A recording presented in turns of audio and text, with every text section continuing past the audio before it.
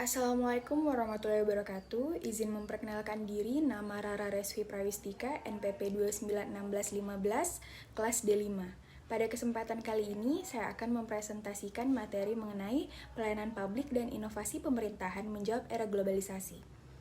Adapun pokok pembahasan saya pada kesempatan kali ini yaitu yang pertama, teori pelayanan publik, yang kedua teori inovasi, yang ketiga inovasi pemerintahan menjawab era globalisasi, dan yang keempat tugas pemerintah daerah sebagai pemicu inovasi. Teori pelayanan publik.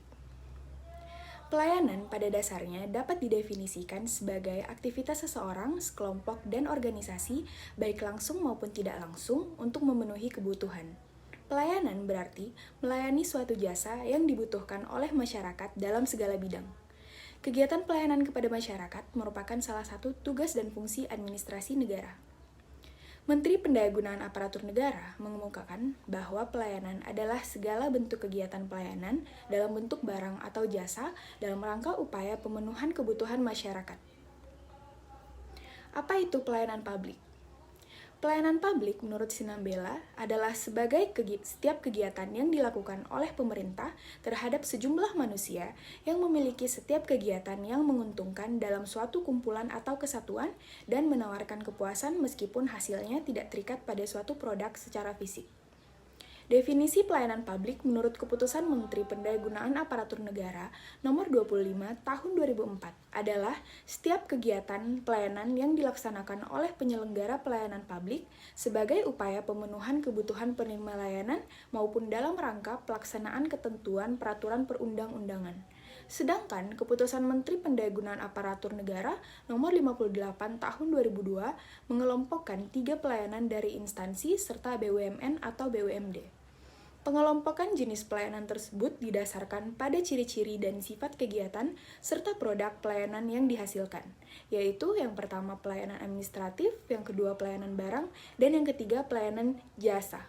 Keputusan Menteri Pendayagunaan Aparatur Negara Nomor 63 Tahun 2003 mengatur standar dalam pelaksanaan pelayanan publik, yaitu sekurang-kurangnya meliputi prosedur pelayanan, waktu penyelesaian, biaya pelayanan, produk pelayanan, sarana dan prasarana, dan kompetensi petugas pelayanan.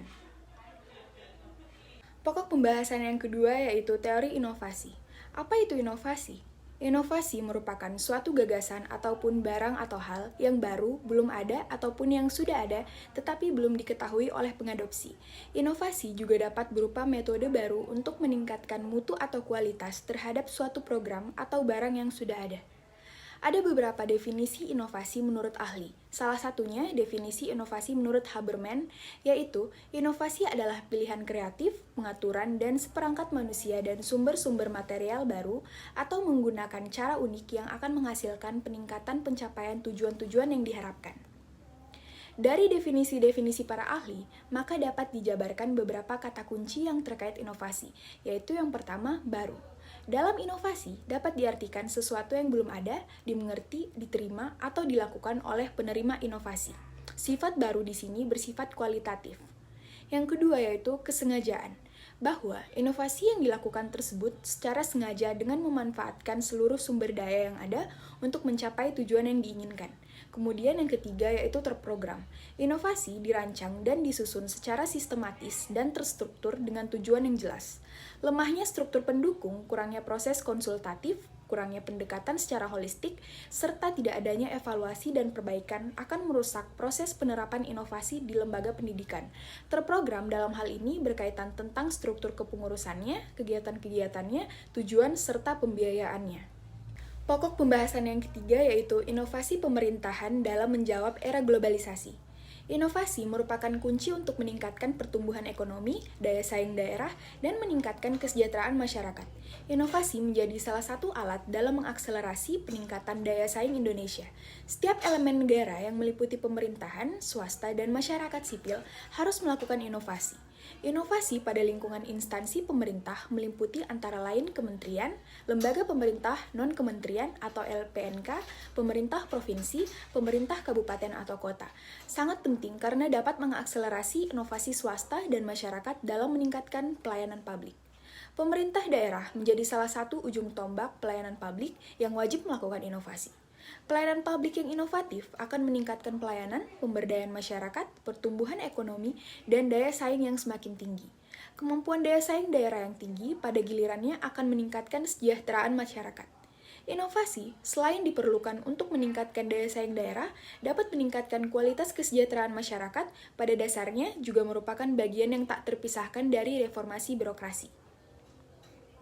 Kesadaran pentingnya inovasi saat ini ditandai dengan telah diterbitkannya Undang-Undang Nomor 23 Tahun 2014 tentang Pemerintahan Daerah yang memberikan peluang pemerintah daerah untuk melakukan inovasi. Tepatnya pada pasal 386 yang menyatakan bahwa dalam rangka peningkatan kinerja penyelenggaraan pemerintahan daerah, pemerintah daerah dapat melakukan inovasi. Inovasi yang dimaksud di sini adalah semua bentuk pembaharuan dalam penyelenggaraan pemerintahan daerah yang berpedoman pada prinsip sebagai berikut. Yang pertama, peningkatan efisiensi, perbaikan efektivitas, perbaikan kualitas pelayanan, tidak ada konflik kepentingan, berorientasi kepada kepentingan umum, dilakukan secara terbuka, memenuhi nilai-nilai kepatutan, dan dapat dipertanggungjawabkan hasilnya tidak untuk kepentingan sendiri. Tugas pemerintah daerah sebagai pemicu inovasi. Inovasi pemerintahan dapat pula dilihat dari perspektif fungsi pemerintahan. Maka, inovasi dilakukan pada 3 hal, yaitu inovasi pelayanan, inovasi pembangunan, dan inovasi pemberdayaan masyarakat. Fungsi pemerintahan terbagi atas 7, di mana ketujuh tugas pemerintahan tersebut dapat dikelompokkan ke dalam 3 fungsi pemerintahan. Ketiga fungsi itu meliputi fungsi pelayanan, fungsi pemberdayaan, dan fungsi pembangunan. Pelaksanaan fungsi pelayanan akan membuahkan keadilan dalam masyarakat, pemberdayaan akan mendorong kemandirian masyarakat, dan pembangunan akan menciptakan kemakmuran dalam masyarakat. Mengingat kondisi masyarakat yang terus berkembang, membawa implikasi meningkatnya tuntutan masyarakat untuk memperoleh pelayanan yang semakin baik dari segi kualitas maupun kuantitas, seiring dengan semakin kritis terhadap berbagai kebijakan pemerintah. Adapun kesimpulan dari materi yang telah saya paparkan pada kesempatan kali ini yaitu pelayanan publik, yaitu setiap kegiatan yang dilakukan oleh pemerintah terhadap sejumlah manusia yang memiliki setiap kegiatan yang menguntungkan dalam suatu kumpulan atau kesatuan dan menawarkan kepuasan meskipun hasilnya tidak terikat pada suatu produk secara fisik. Pelayanan yang baik adalah kemampuan seseorang dalam memberikan pelayanan yang dapat memberikan kepuasan kepada pelanggan dengan standar yang ditentukan, sehingga agar pelayanan publik dapat terlaksana dengan baik dibutuhkan suatu inovasi, di mana inovasi merupakan suatu gagasan ataupun barang atau hal yang belum ada ataupun yang sudah ada tetapi belum diketahui oleh pengadopsi. Inovasi dalam pelayanan publik dipandang sebagai upaya membawa ide-ide baru dalam implementasi, dicirikan oleh adanya perubahan langkah yang cukup besar, berlangsung lama, dan berskala cukup umum, sehingga dalam proses implementasinya berdampak cukup besar terhadap organisasi dan tata hubungan organisasi.